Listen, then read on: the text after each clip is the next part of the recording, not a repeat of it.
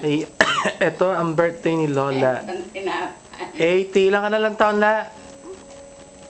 86. Bakit ayaw mo ano? Ayan si Lola. Hawak-hawak ang ensimada. Ayan ang kanyang lobo. Nakalagay, Happy birthday. Ayun, ayan.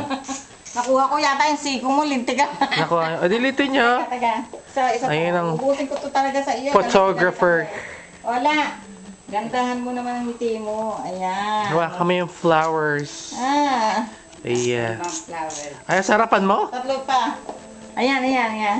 Ayan. It's almost 10 o'clock in the evening. Ayan. 86 na siya. Ganda ni nanay. Wala kaming masyadong handa at simple. Sa isang ano na lang gagawin. Pero today ang kanyang birthday. Ngayon ang kanyang March 31st Ganda ng birthday. nanay ko. Close up na.